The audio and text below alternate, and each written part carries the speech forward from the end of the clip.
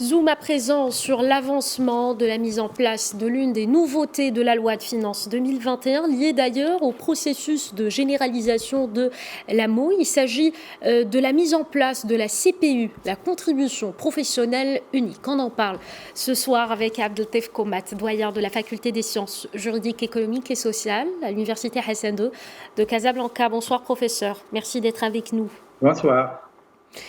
La loi de finances 2021 instituait le mode de paiement fiscal intitulé donc contribution professionnelle unique, qui est l'une des recommandations des assises de la fiscalité tenues en mai 2019. Quels sont les apports et les objectifs aussi de cette disposition fiscale et quelles sont les cibles concernées par cette mesure?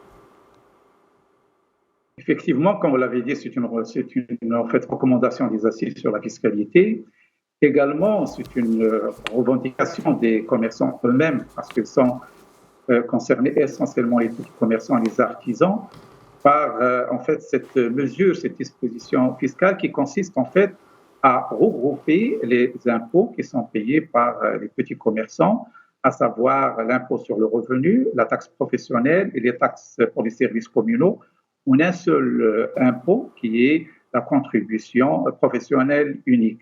En plus, bien sûr, cette disposition est liée intrinsèquement à l'adhésion à l'AMO, c'est-à-dire cette population, forcément, en adhérant en fait à ce mode de paiement fiscal, adhère automatiquement à la prestation sociale dans un premier temps, c'est l'AMO, c'est l'assurance maladie obligatoire, et après aux autres prestations sociales qui seront programmées selon l'échéancier arrêté par Sa Majesté à l'horizon 2025. Donc c'est un changement notable qui est en fait une mise à niveau, une régularisation d'une situation, parce que vous savez, l'impôt sur le revenu a été mis en place au Maroc depuis 3 décennies et 3-4 années devaient être en fait consacrées à la mise à niveau des petits commerces et pour qu'ils puissent basculer vers un impôt unique.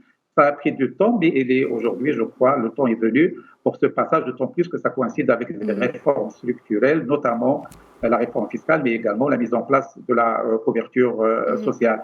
Alors, il s'agit bien sûr des catégories concernées, surtout les commerces, l'artisanat et le petite industrie, dont le chiffre d'affaires ne dépasse pas 2 millions de dirhams, et les prestataires de services, dont le chiffre d'affaires ne dépasse pas 500 000 dirhams.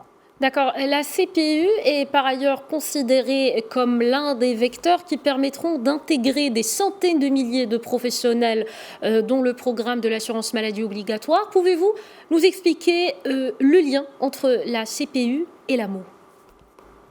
En fait, c'est l'un des objectifs de la CPU, notamment l'intégration du secteur informel vers le formel, et puis bien sûr cette catégorie qui devrait bénéficier dorénavant de la couverture sociale. Alors le lien, c'est que les personnes, en fait, automatiquement qui intègrent la CPU, intègrent l'AMO. Ils devraient payer en fait des allocations des droits d'adhésion, mais qui ne sont pas en fait des montants exorbitants. Ça varie entre 100 dirhams à 1200 dirhams. Alors 100 dirhams qui peut être payé trimestriellement ou annuellement. Et automatiquement, toute personne, bien sûr, qui adhère à l'AMO, qui adhère à la CPU, adhère à l'AMO. Alors, il se trouve qu'aujourd'hui, le nombre, en fait, au niveau de cette activité qui adhère à l'AMO ne dépasse pas 10 000 à 15 000 personnes, alors que nous sommes en train aujourd'hui de voir des centaines de milliers de personnes en adhérant à la CPU, ils vont bénéficier automatiquement de l'assurance maladie obligatoire.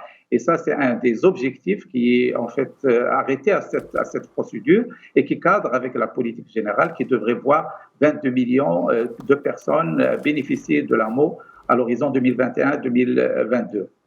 Après presque 4 mois de l'entrée en vigueur de la loi de finances 2021, disposons-nous au stade actuel de chiffres concernant le degré d'adhésion de la population cible au mode de CPU ? Alors, les chiffres ils sont très encourageants, en fait, les chiffres qui sont communiqués par la DGI, la Direction générale d'impôts. Ils parlent de 80% des personnes cibles qui ont déjà adhéré à la CPU. Reste 20%, mais des 20% sont des cas particuliers, notamment des héritiers de commerce ou des commerces donnés pour gérance libre. Et donc, ce qui fait, ce sont des cas particuliers qui sont gérés au fur et à mesure. Alors, d'après la DGI, pratiquement, ils traitent à peu près 3000 dossiers par jour. Et donc, à terme, donc, il va y avoir une généralisation après avoir traité ces cas particuliers. Et donc, ça nous permettrait d'une part d'avancer dans la réforme fiscale et d'être notamment un levier d'intégration d'une catégorie de commerçants vers le secteur informel, mais également un levier important pour la généralisation de l'AMO, notamment par rapport à cette catégorie, sachant que les autres catégories socio-professionnelles, chacune intègre des conventions. Donc, il y a aujourd'hui une évolution très, très marquée qui mène vers pratiquement la généralisation de l'AMO selon les échéances arrêtées, à savoir 2021-2022. Merci beaucoup Abdeltef Komat, doyen de la faculté des sciences juridiques, économiques et sociales à l'Université Hassan II de Casablanca. Merci pour cet éclairage. Merci à vous.